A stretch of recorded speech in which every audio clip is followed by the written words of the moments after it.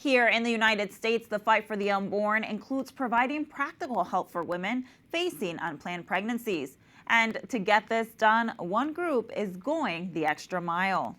Save the Storks is providing free ultrasounds, pregnancy tests, and real-time support through its more than 100 mobile medical clinics in nearly 3 dozen states. The organization partners with pregnancy health clinics to bring care directly to women at critical moments of decision. Save the Storks also documents the stories of women who considered abortion and what changed their mind, including this pro-life testimony. I went to get seen, and I just kept thinking on the way there, like, this is my fault, like, I wished for this to happen. And I was just so terrified that, I wasn't gonna have this life that I didn't even think that I wanted.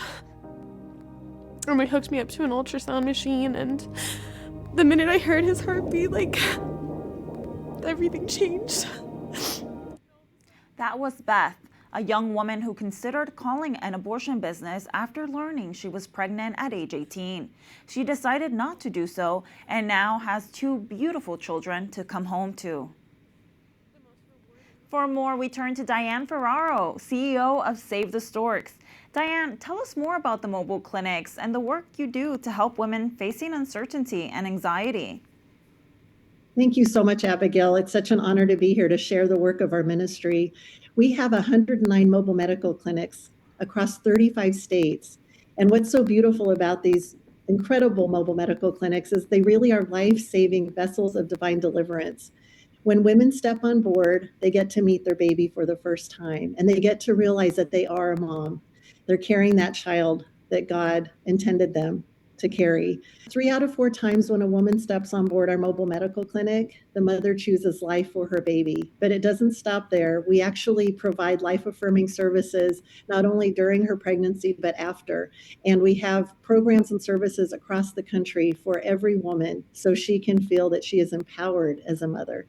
That's incredible. Now, April is Abortion Recovery Awareness Month, and we understand abortion regret and recovery is behind some of the advocacy of Save the Storks. Can you tell us more about this? That's right. The sad reality is that so many women who have had an abortion really feel they have nowhere to turn. But because of the beautiful work of the pro-life movement, women are able to share their stories and actually volunteer or work for organizations.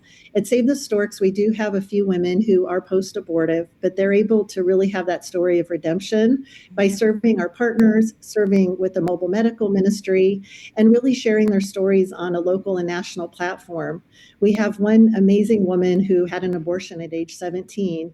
It took her decades to come forward with her story, and now she is actually going out to pregnancy centers and sharing her story even on our website, so other women don't make that same decision and think abortion is the best choice. That's incredible. Now, we heard a little bit of Beth's beautiful testimony. What are some other stories you've heard from women who have considered an abortion and changed their minds? Well, just recently, we are working with the Orange County Rescue Mission in Southern California. And there was a 41-year-old woman, I'll call her Jessica, and she found herself in an unplanned pregnancy. She and her husband were just admitted to their 2-year program for free housing and job training. And she thought that having a baby would actually disrupt their admission to this program. So this mom made a decision to go to Planned Parenthood and abort her baby. But on that same day, when she was on the campus at the Orange County Rescue Mission, she noticed out of the corner of her eye one of our mobile medical clinics, and she called it the pregnancy van, and it said free ultrasounds. She asked if she could step on board and have a free ultrasound. And I'm so blessed to say that when she did step on board and she saw her baby for the first time, she made the decision for life. And last February, when we were there, we were able to meet her baby, who's 9 pounds, 3 ounces. And the rescue mission is now providing housing not only for mom and dad, but for their precious baby. So that's a story that is so recent and just so close to my heart, because we got to meet this baby, hold him, and just see what a miracle he was. And this can happen every day for women around the country if we can just bring more of these mobile medical clinics to urban communities, rural communities, and these maternal health care deserts. That's incredible.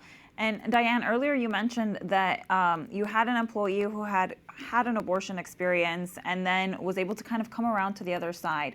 A lot of our viewers are very active in the pro-life movement. What can they do to kind of support women in this situation?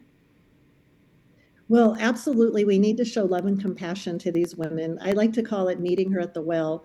Just as we see in the New Testament, when Jesus met that woman at the well, he didn't cast shame and judgment. He instead listened to her story, and then he encouraged her to go and share the gospel with others. She accepted Christ, and she didn't just walk, she ran to tell others in her village. And what we can do in the pro-life community is really come alongside these women who have had an abortion, let them know they are loved unconditionally, and introduce them to the many programs within churches across the country that are offering abortion healing, abortion recovery programs.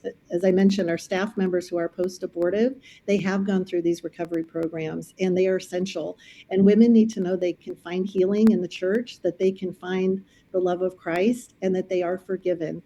And then those women can then in turn be there to help the other millions of women who have experienced abortion. And I really feel that by being the light in this dark world of abortion, we can start to really expose the truth and encourage younger women to not make that same mistake, to not have an abortion, and instead choose life and find the church as a safe place where they will again find unconditional love and compassion. Amen. Well, Diane, thank you so much for all the work that you do with Save the Storks. Thank you so much. It's an honor and a blessing.